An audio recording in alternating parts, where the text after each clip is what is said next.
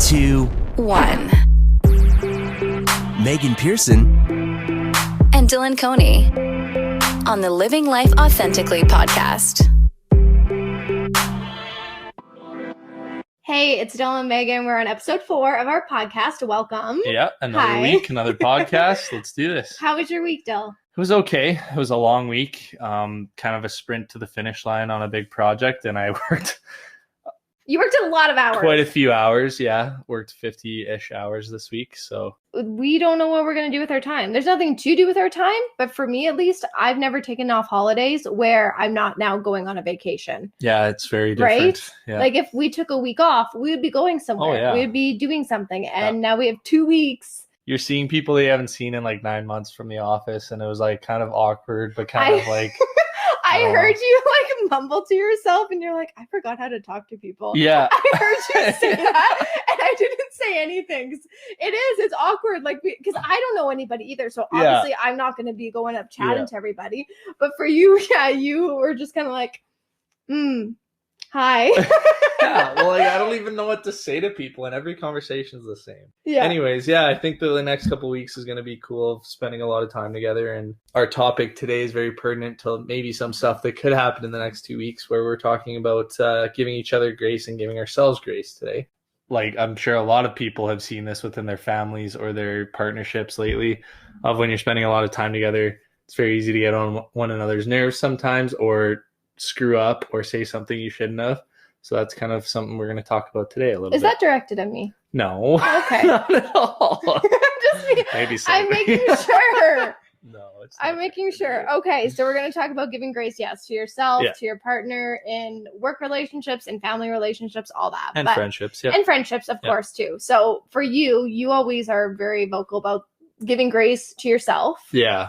Why Yeah. is that? It's something that I've kind of developed like a strong stance on for myself over the last couple of years, because I think right after I moved to Calgary, after high school, I kind of went, You are going to constantly be disappointed, maybe in others, but also with the people around you and yourself. Yeah. You're always going to be hard on yourself. And yes, it's good to challenge yourself. It's good to have, benchmarks for yourself to try and like conquer, but like you cannot be so hard on yourself. You got to give yourself grace. yeah. And I know I've said this in previous episodes, and I'm sure I'll say it in every freaking episode that we have. Yeah. But a lot of life's problems and a lot of life's, it's great to be critical about yourself as long as it's constructive criticism. And like, I think the thing Not that just putting yourself down. yeah, the thing I've struggled with, especially within my job, is that my criticism for myself isn't always constructive. And I beat myself down when like something comes back, or I get a submission back and there's a ton of markups or a ton of things wrong. I'm like, okay, you got to realize too, Dylan, that you're only 3.5 years into this. Like, you're not Into your job. You're not a pro yet. You're not super experienced. So you got to give yourself grace when you do screw up. Why do you think, though, for you and just life in general, that you are so like hard on yourself? I think it is mostly to do with the fact that I am a perfectionist, and that I am, hard on myself because of that. And then also, I think it's also that I'm a people pleaser, and I want to make sure that everyone else is happy before I'm happy, which is not efficient and not a great way to live. How a would lot you of the deal time. with that? Like for people that are also in the same boat, like I don't think I can relate as much to giving grace, because Mhm. I think whatever I do, not that saying everything I do is the right way to do it, but I just say, okay, if this is the avenue that I'm going to take, I'm just going to run with it, and I'm not going to try and second guess myself. But for you, I think you do a lot of second guessing, and I think a lot of people do as well. So what would you like give that advice on? I think my advice, and it's not really advice, but it's something that like maybe I've tried to do in my life, so you might want to take it into yours, is that to kind of flip it on its head and say, okay, is the thing that I'm worried about, is anybody actually concerned about that? Or are people like already moved past it? Because half the time when you're worried about something and it's something that you can't move past, everyone else that's involved in that situation has already moved past it. And I think I find that a lot with my job, where I like apologize to my boss for something. He's like, dude, that was last week. Like, don't worry about it. Where you make a big mistake at work, or you make a big mistake in your relationship, or you say something you shouldn't, and then you beat yourself up for it. And I think what happens is when you're beating yourself up for the small things, that is eventually snowballs into when something big happens, you can't let it go. So for a relationship, giving grace to your partner. Regards to relationships, grace can take many different forms, but I think a lot of it arises with just the small little things like that's easy stuff to give grace. But then if you practice that and giving grace for the little things, when something bigger happens that is like obviously not relationship changing, but like it's still a big deal and you need to communicate and talk about it, you can give that other person grace and realize that, okay, is this, you kind of have to take a step back and realize, okay, is this something that's major? If it's major, then you take it into a major route and you have that discussion. But if it's something small, okay, I can give this person grace. I think that's the thing too that I have a struggle with. It's like if we're talking about like in a relationship and you do something wrong, I'm just supposed to give you grace and let you have a free pass. Like that's the way not necessarily. Right? That's the issue. Maybe other people are listening. Like I don't want to give my partner a free pass just because I should give grace and be understanding to them. If they did something that bugged me or pissed me off, why should I allow that to just almost be a free ride? I think you have to take it very situationally. It depends from situation to situation when you're in a relationship, because you're a team, number one. And number two, if someone is doing something, if you're doing something that I'm not liking and it happens consistently, it is my responsibility to bring that up in a healthy and efficient way and then give you grace with it. I'm not supposed to just let it fly, because if I let it fly, that's hurting myself. That's not being fair to Dylan. I think a good example for us is like something that happened last week where we were at a friend's place and you were talking about trips and stuff like that. I wasn't included in what was happening, and it had happened before where like you were talking about a trip, but I wasn't really thought of in the discussion, or I wasn't considered, or I didn't feel like I was considered, right? And that happened 2 or 3 times. And instead of like, I was giving you grace throughout that because I knew that you weren't meaning to like leave me out, right? That wasn't like your goal was like, oh, I'm going to make sure Dylan knows that he's not invited to this, right? You were just, it was a nature of what you were doing. I would have been doing a disservice to myself if I didn't bring it up. So on the car ride home, in a healthy and efficient way, I brought it up and I started talking about that. And then that gave me an outlet to give you grace in that as well, saying, I understand where you're coming from as well. And then you were able to come back to me as well and say, this is why I was doing it that way. This is what I'm used to. Exactly. Like I didn't realize that. Like we were talking in episode 3 of independence. I'm such an independent person that the way that I was speaking was probably as I and not we. Right. So if I continued going on that way, I probably wouldn't have even thought anything of The key there though is that you didn't know. Therefore, I have to give you grace in that because you didn't know, but it's my responsibility to bring that up. So that would be my example of how that works in a relationship. And I think we've had, like, for me, I gave a lot of examples to you too in the beginning of our relationship where it probably felt like I was nitpicking you so hard. Because I'm like, Dylan, to be honest, I really don't like when you do this or when you do that. And so then you took that and then you changed it and it was fine. Yeah. Like, an example, I remember at the beginning of our relationship, one of your love languages is physical touch. Yeah. And you were very physical. Just, you know, like putting your hand on my knee or whatever it may be. Yeah. And for me, I was just like, you know what? Like, you got to take a step. Yeah, you got to take a step back. And I gave you grace at the beginning. And then I'm like, you know what? He doesn't obviously know that this is maybe an issue for me. I need to be vocal about it and bring it up. Because I wouldn't know. No, you didn't know. So then brought it up. We had that healthy communication and then we were fine. Yeah. So giving grace for anything big, small, it doesn't matter. Yeah. You know, if it's a continuing problem or if it's a continuing situation, definitely bring it up. Yeah. But again, give grace to your partner for especially the one who is bringing up the issue, because they're not trying to mean to attack you by any means. Yeah. They're just trying to let you know something that's going on in our relationship needs to change or need to be modified. And that goes for friendships too. Like, I know you've had many situations with your friends where there's miscommunications or there's things that happen, or maybe it's over a long period of time where you have miscommunications, but you're not giving each other grace. And once you do give each other grace, you realize there wasn't really a problem, or there was like a small problem. And I think I experienced that with a lot of my guy friends where we don't communicate. So if there is an issue, it continues and continues and continues, and we never give each other grace. Why is that? I don't understand. Why? Yeah, and it's like, it's kind of like BS grace, where it's like, it's fake grace. It's like, oh, everything's fine, but like, it's not. And I think that happens a lot with friendships, and it happens a lot with partnerships as well. Not just girls, but sometimes people have a tendency to be like, oh, everything's fine, instead of dealing with the root issue, right? Opinion, where like, you'll be like, oh, it's fine, when I know that there's something that I'm doing that's wrong. So you're giving me grace, and air quotes grace. I was gonna say, you have to give me grace. It's not actual grace. It's fake grace. And the fact that like you're saying everything's fine when it's not, that's not helpful for anyone. I think you also have to give grace to either, if it's a friend or partner, whoever it may be, if you don't know their full situation. Yeah. That's also true. too, right? Like, I think everyone is very quick to judge, especially during COVID. Yeah. Quick to judge on anything that you see or hear, you read on social media. God, yeah. You see something and you're automatically going to react to it. Yeah. Where you have no idea maybe what that person was struggling with, what they are battling at home, what their situation is.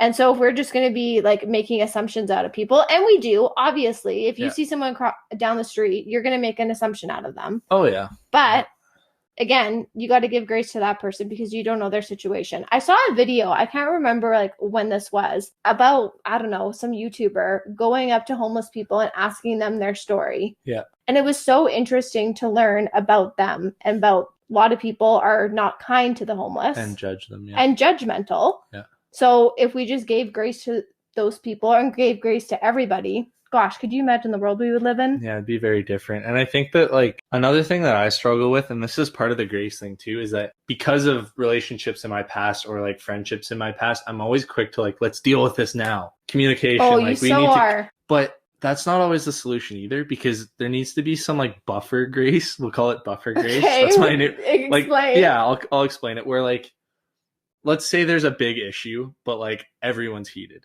in the situation, whether it be a friendship or a relationship.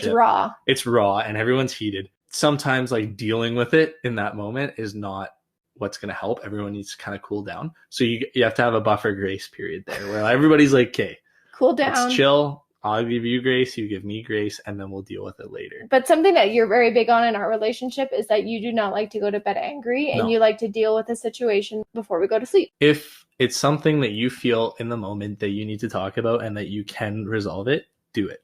Why would you wait for that?